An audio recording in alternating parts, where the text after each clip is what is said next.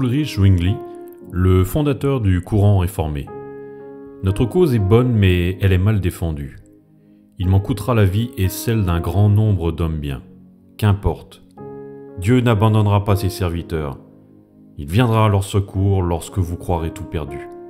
En lui, je place ma confiance et me soumets à sa volonté. C'est par ces phrases que Ulrich Zwingli encouragea les Zurichois lors de la guerre de Cappel. Ulrich Zwingli, pasteur et théologien, est né le 1er janvier 1484 à Toggenbourg en Suisse. Il reçut, ainsi que ses 10 frères et sœurs, une solide éducation chrétienne.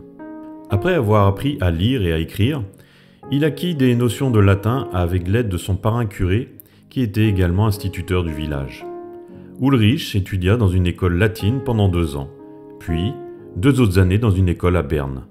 Jeune bachelier, c'est en 1506 qu'il lut la théologie et fut profondément influencé par les conférences de l'enseignant et réformateur Thomas Wittenbach.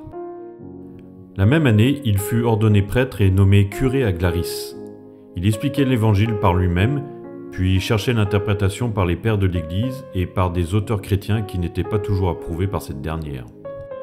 En étudiant l'Ancien et le Nouveau Testament, Ulrich Zwingli prit conscience que la doctrine et la pratique de l'Église s'écartaient des Écritures et parfois même se contredisaient. Les écrits de Luther le réconfortaient dans cette conviction. Mais la préoccupation centrale de Luther était le salut, et celle de Zwingli était la juste compréhension et la juste application des enseignements de la Bible. Il développa des études bibliques qui comparaient les textes originaux avec les différentes traductions. En 1516, il devint chapelain de l'abbaye d'Einsiedeln. Il convaincut alors l'administrateur, Théobald de Geroldezek, de renoncer au culte rendu aux reliques des saints et aux pratiques extérieures pour obtenir la rémission des péchés, puis d'entreprendre des réformes. Il obtint la fermeture des couvents dont les revenus furent affectés à la création d'hospices, ainsi qu'une école de théologie. La messe fut également abolie car pour Ulrich Zwingli, ce n'était pas un sacrifice mais une commémoration. C'est en 1519 qu'il devint prédicateur de la principale église de Zurich, le Grand Münster. Dès le premier jour, il s'éleva avec force contre la superstition et l'hypocrisie, et insista sur la nécessité de la conversion. Il dénonça l'intempérance, les excès du luxe, la paresse, et ordonna aux magistrats de rendre une justice impartiale. Il ne considérait pas comme obligatoire tout ce qui n'était pas expressément fondé sur les Écritures, tels que le carême, le célibat des prêtres. D'ailleurs, il épousa secrètement Anna Reinhardt en 1522. Pendant toutes ces années, Zwingli luttait contre sa nature humaine, sans véritablement douter de son salut. Ce qui marquait le plus Ulrich Zwingli était sa difficulté à se sanctifier. Il trouva la paix dans le pardon du Christ rédempteur. Dès lors, il s'attaqua à sa vocation de réformateur. Il mettra tout en œuvre pour que Zurich devienne une cité réformée selon l'Écriture sainte. Toute son action consistait à transformer progressivement les cœurs et les mentalités. En 1523, il rédigea 67 thèses et obtint du conseil de la ville de Zurich l'autorisation de prêcher sur la seule base des Écritures. Ulrich Zwingli remit en cause le pouvoir de l'Église et ses sacrements. Il réorganisa alors l'Église et s'occupait de la formation des pasteurs.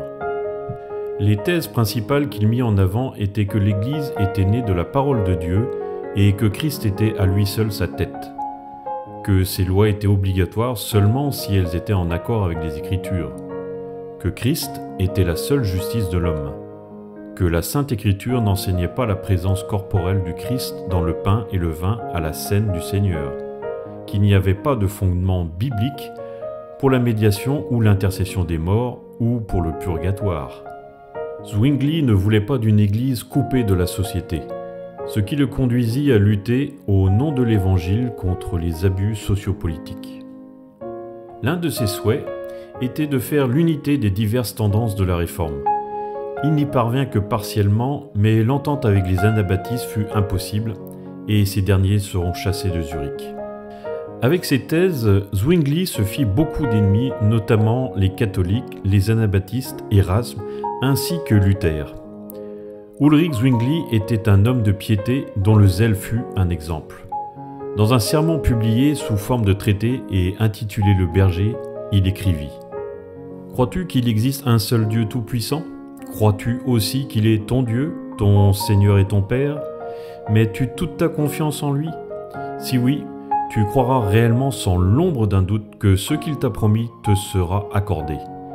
Si pour toi il est un Père, tu l'aimeras et parce que tu l'aimes, tu ne toléreras pas que son honneur soit amoindri. Tu supporteras la mort plutôt que la honte de ton Père, à plus forte raison pour ton Père céleste. Si tu crois que sa parole ne peut mentir, tu sauras qu'ici-bas, le plus grand honneur que le Père céleste puisse conférer à un de ses fils serait de lui permettre de mourir pour lui. » Ce texte reflétait bien la foi de Zwingli et de son message. Ulrich Zwingli mourut le 11 octobre 1531 à la bataille de Cappel, où il s'était rendu pour réconforter les troupes zurichoises qui défendaient leur territoire contre les cantons catholiques.